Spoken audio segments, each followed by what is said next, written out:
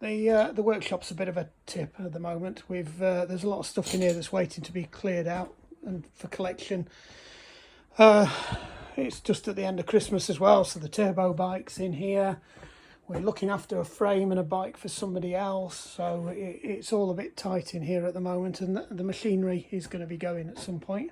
So all that stuff over there is going to go. And hopefully some of this stuff will move up to the other workshop that we're setting up at the moment, to the mechanical stuff in. They'll probably still keep the bikes down here for safety though, because this building's a lot more secure. Hello, lockdown workshop again.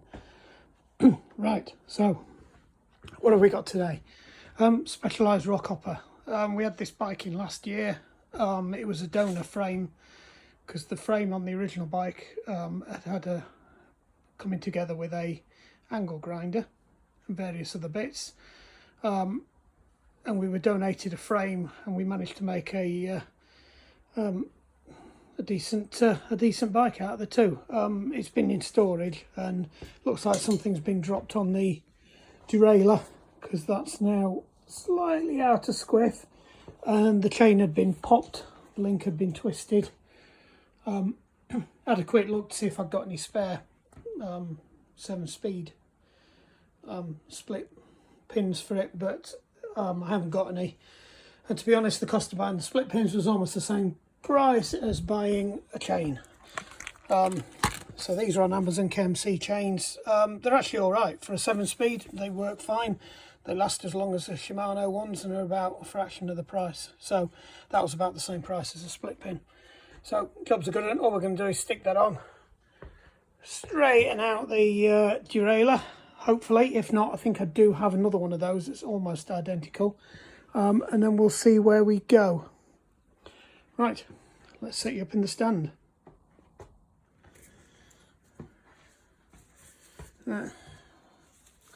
Let's have some rubber. Rubber. They need to slightly perished.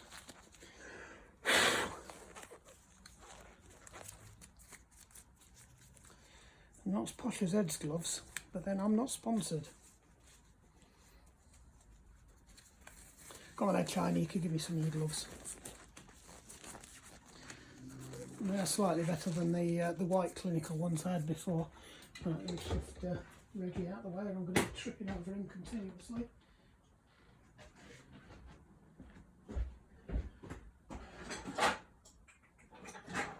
What do we need? One of them.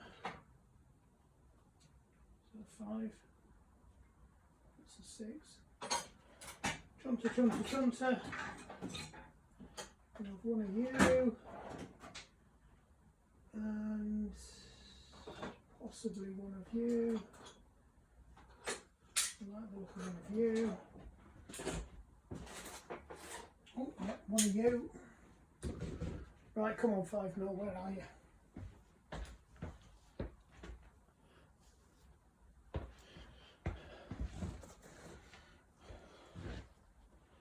Stick a hat on as well, because the hair's getting out of control.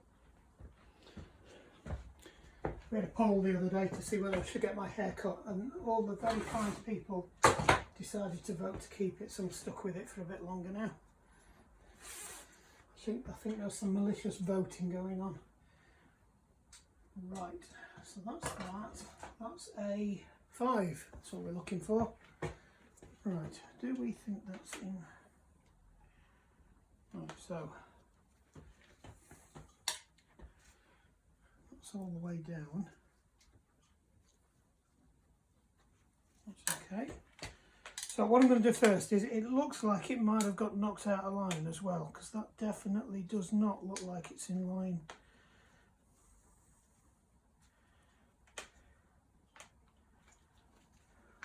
Come on, pedal. Work with me. So I'm just going to eyeball this in, try and get that as straight as possible. And we'll just nip that up. It's about 5 to 6 Newton meters on the torque wrench for one of those bolts. Because it is a bike part, I generally don't go by feel with these, it's worth setting them up. If you're going to do any bike mechanicking, absolutely worthwhile getting one of these, especially if you've got a carbon frame or really expensive parts, because that's irritating. Oh yeah, there we go.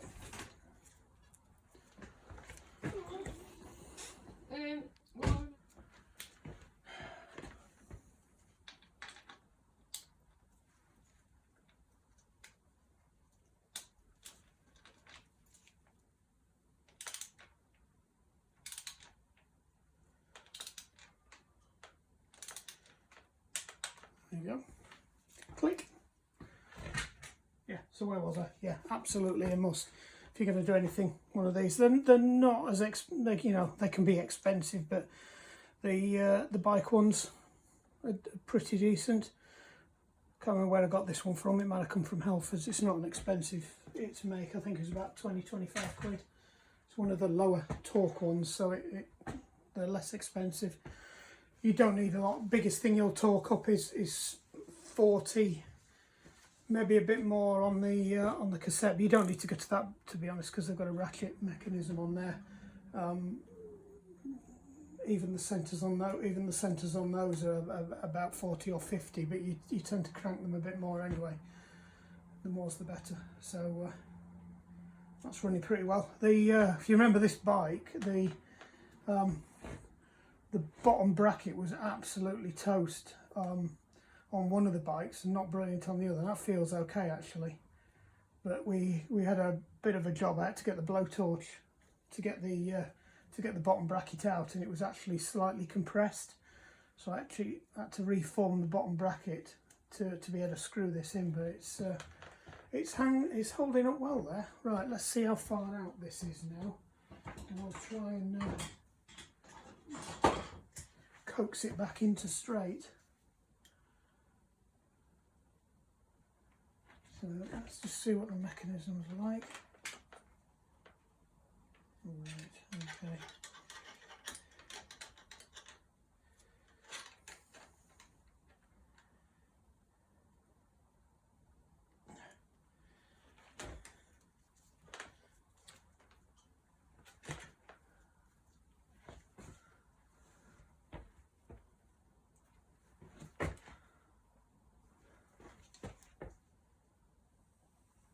It's actually not that bad already. That's almost there. Just give it a bit more.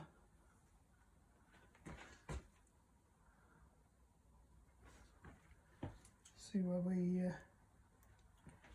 get to.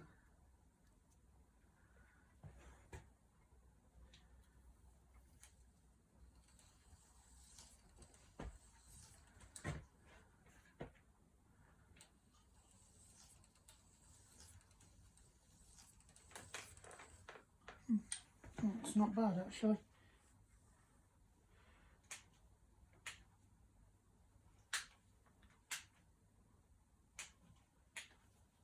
It's not perfect, but I don't want to force it any further. That's pretty good. I think I'll call that a save. I'm a bit concerned. It looks like there's been a bit of grinding, and I wonder whether that was from the original, when we took it off the original bike, because somebody tried to cut a chain off with an angle grinder, and they had cut through the crank arm as well as the bottom bracket and part of the frame, and it just wasn't safe or viable. Now I thought I had a spare front derailleur off one of the other bikes, but I might be wrong. I've definitely got a rear derailleur in here. So I've got a rear Tourney. Yeah, so I've got one of them, which is a replacement for one of these, but that did look in slightly better nick, so I kept that one. Now I thought I'd got an Acer front kicking around in here as well. but I could be wrong. It's a bit of a mess in here. I've got a disc gate. It's off one of the beam axes. There's a key there. I can probably be looking for it at some point. Nope, doesn't look like I've got one in there. That's a shame. Right, so we'll stick with the one that's on and just keep an eye on it. It looks okay. It looks like the nailing's out of the way of the actual the chain baler part. So let me take you out and let you have a look at it. Can you see there? It does look a little bit chewed up. It's a bit rough. But anyway, it's moving now. There we go. We'll give that a go.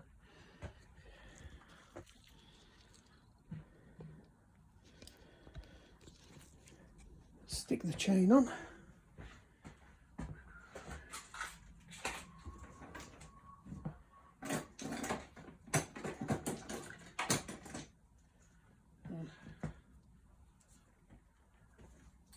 Where's the good one? Let's use the good one on the spot. So these new hook, I don't know what to call them really. On the old ones, you had a pin that you pushed through and then snapped the end off. But these new ones are using these slip joints. They work quite well, but they can be a bit stiff. So there's actually a tool for popping them off and putting them back on again. So you put that in the middle, push it like that, and it snaps it together. When you want to take the chain off, you do that, and it pops them apart. I think that was about £5 off eBay. Right, just need to do a quick measure against the old chain. Now I had to eyeball this in last time because it was, don't think it was the, well it might have been actually. I can't remember whether this frame came with a chain on it or not, or whether we recovered the chain off the other bike. The history on the other bike was it was actually in fairly good nick, other than somebody just taken an angle grinder to it to cut a lock off, and they've gone a little bit overexcited. So let's have a look at this. Oops. I just love chains. Nice and oily. They do feel actually quite high quality chains, these KMC ones. And I know some of the lower end bikes have started fitting them to them anyway now as a cheaper option than even the cheap Shimano one, because they're certainly better than the entry level Shimanos. Right. Oh, that's helpful. It's pretty much, looking at this, the right length, which I don't believe in the slightest. But it is quite a long frame, because I think it's a 700C or a 29-inch wheel. It's kind of a hybrid wheel, which was actually, I think that was ideal for Evo, because the original bike was a 26-inch sort of classic mountain bike, big chunky tyres. I put that on the wrong way round, haven't I? Who's the new guy? Who's like the apprentice on the bike? Come on. Yeah, I know, you're all going to be saying there's a much better way of doing it than that. Yeah, I would have draped it over there normally, but I'm not paying attention today. Right. We're going this way round today. That's why I hate gloves. You can't feel what your fingers are doing.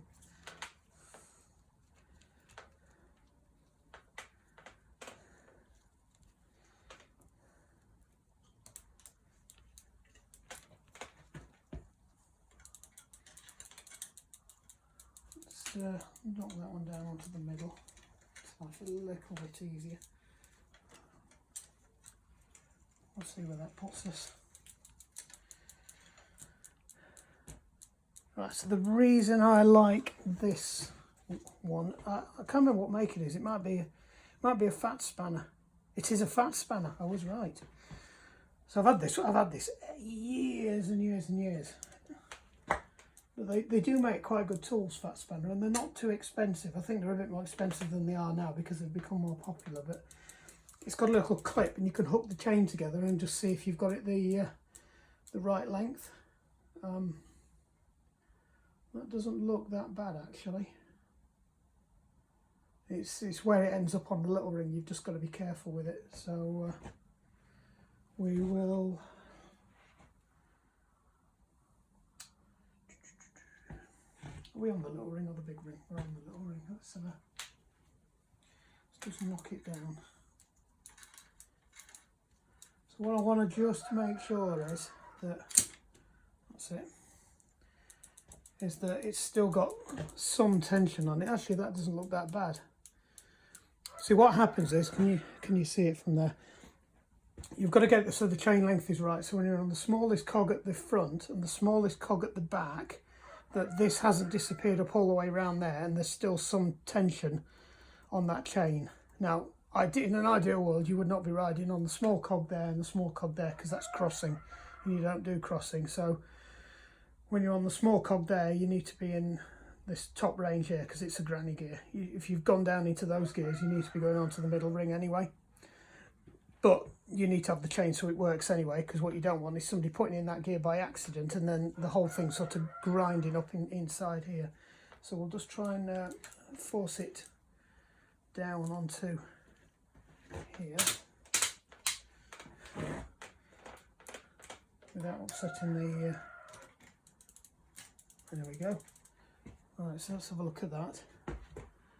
Right, I would say that probably needs... I would take at least one link out of that and see where we go with that. So let's have a look. Take it across. When I say one link, I mean a link and a pair. So where's that leave us? Still a bit low. So let's take out 2.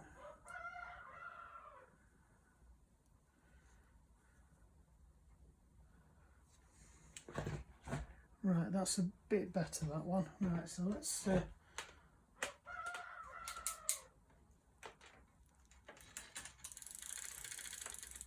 I can just rock it backwards and forwards without going past the... Oh, nearly.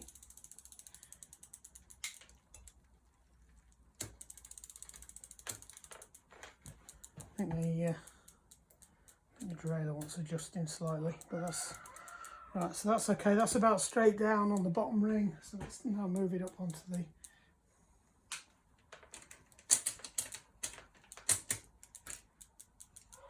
Oops. Come on, Tyler, pay attention.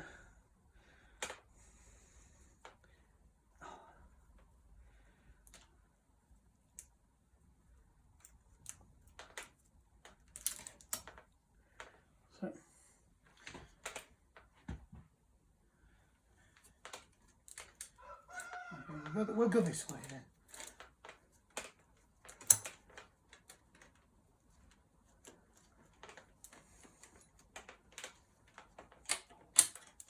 That's it. Right, so where does that look?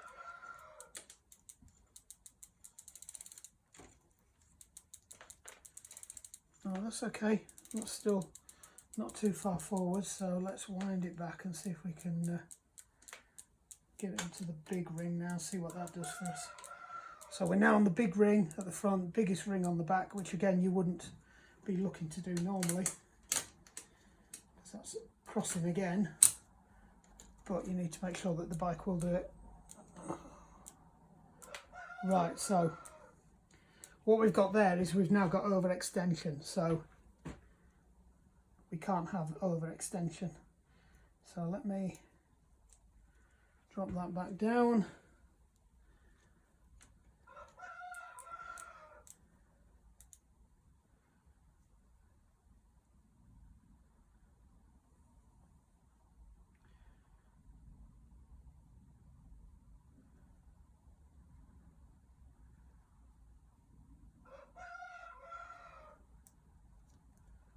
Still slightly overextended.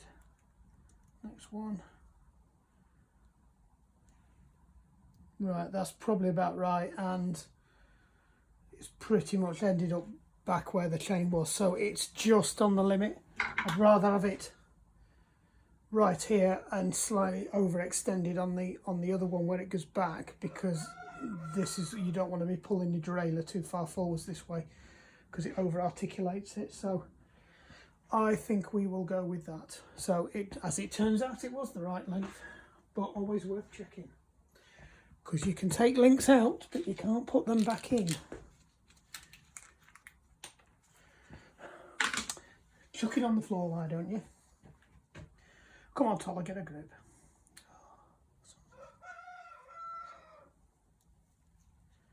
Some junk in it there. So these, if you've ever done these on the trail, they are fiddly. And I must admit, these are slightly more fiddly than the... so the ones of choice, if you can get them, are actually the SRAM ones. So I tend to use the SRAM ones even on the Shimano chains, because they are a better link. They're slightly harder to snap together, but you can reuse them. You're not supposed to reuse them, by the way, but if you do need to reuse them, they do work better, and they're less likely to come undone. So that didn't take much effort at all. I probably could have done that with my hands, whereas the SRAM ones, there's no way you're getting them with your hands. Which does mean that it would be a good idea to have a pair of them in your... How's that looking? That's not too bad. Let's wang it back up again into the big ring.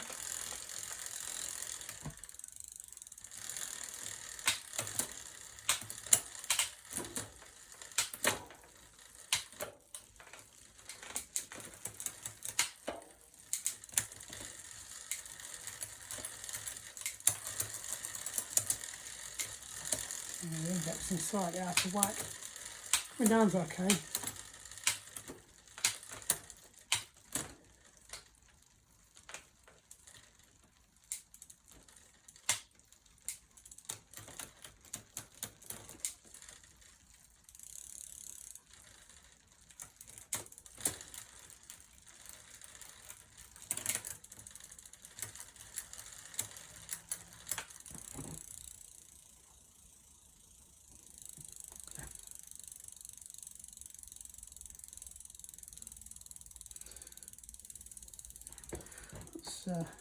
Very tight.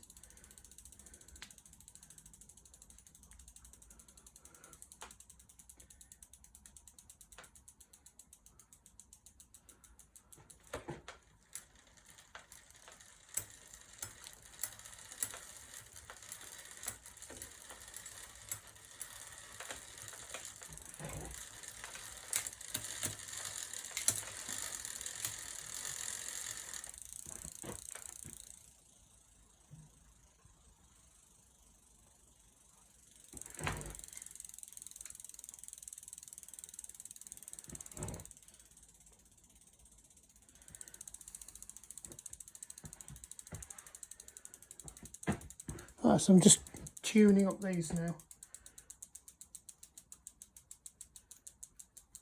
In you go. So it just needs it needs to be able to go that way slightly more. And I can't find the adjuster screws on this one. Oh, there they are.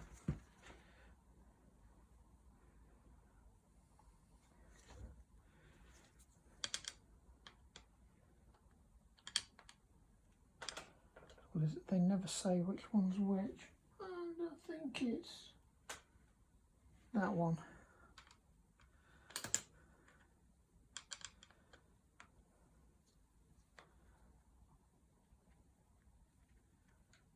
Nope.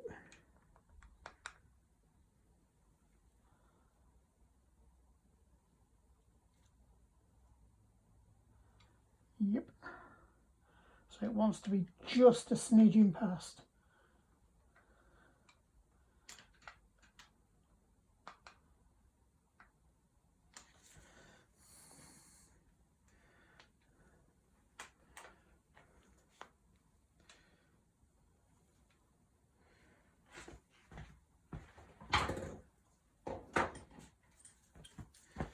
This adjuster's really tight. I don't know whether it's just because of the tension that's on it, or and it depends which one it is, because some of them turn one way and some of them turn the other way. Right, that's so again, what you want is so it's just slightly on the edge. What they say is that when you're in the middle, if you just start to apply a bit of pressure to the adjuster, you should hear it start to tick.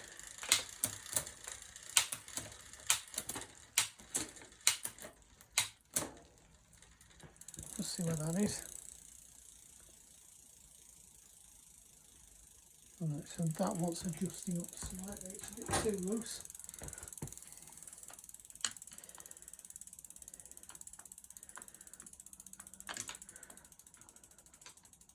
So what I'm looking for with this one is the point where it just starts to move it.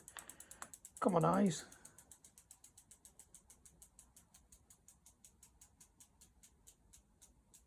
And again, it needs to be just on the line for this one.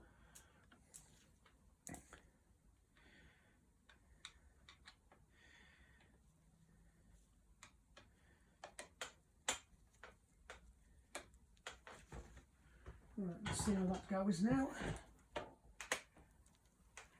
Put it back down into the middle. And adjust that.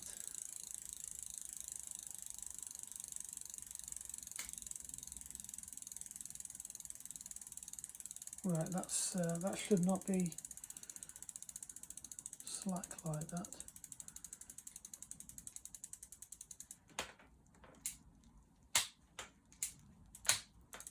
Yeah, that's a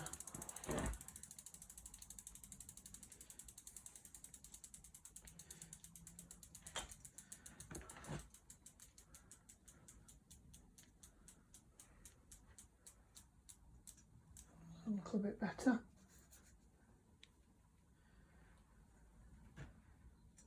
Right, there's tension on that now, so that's okay. It's not jumped out of its. No, it's not. So,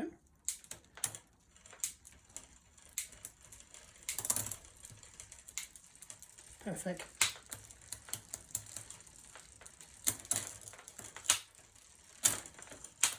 Slightly over actually, because it's not coming down well now.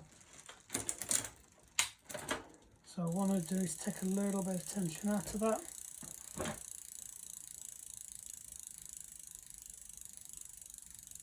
Not much, just enough.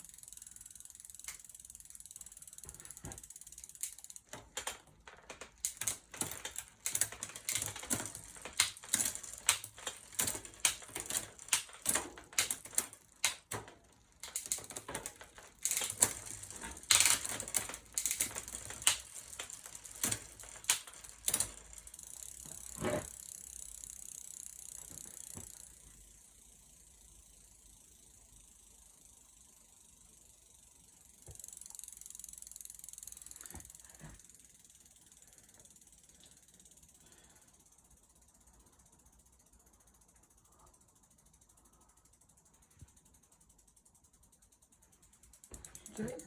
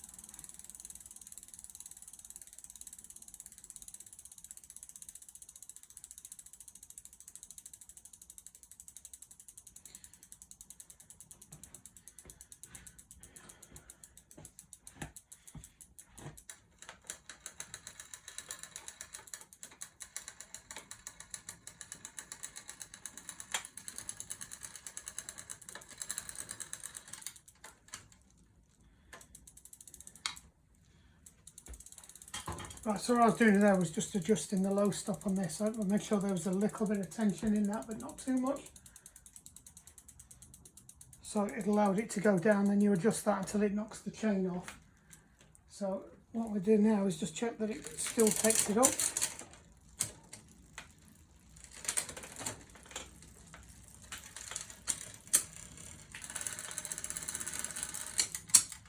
Just, it needs to go a little bit more.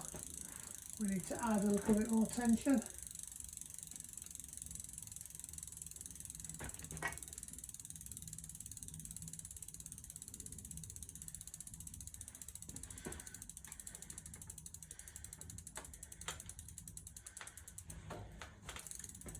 See where we go with that. That's it, straight up. That's it, straight up. Down, come on, there we go. Last one. Right, so we need to just knock a bit off now.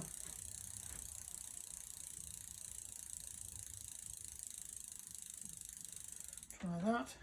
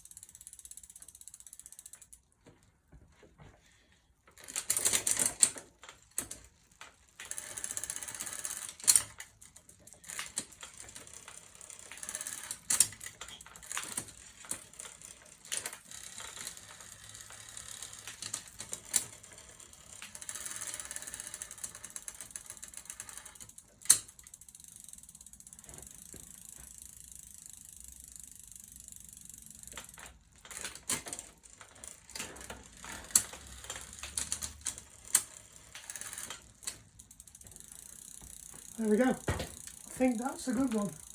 Let's just check the back brakes still work. Oh yeah, they're fine. Front brake, spot on. Put about a quick once over. Oh, that's pretty good. Yeah, that's pretty good. Nothing bit of cold there.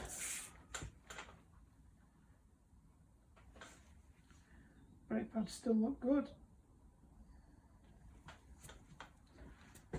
Right, that's good then. Get a quick M check.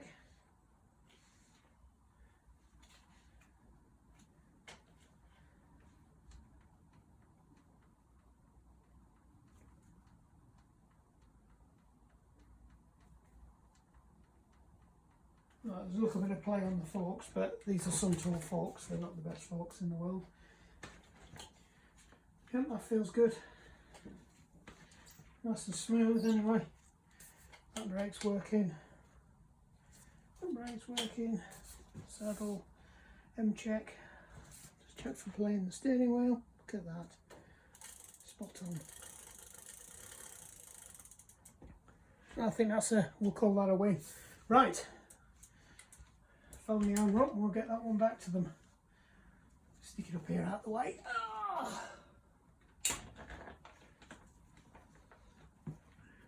Nice little one today, nice and simple, no rocket science. A few little techniques in there and tips and tricks for you. Get this one back to the owner. Right, thank you. Lockdown Workshop, another job done.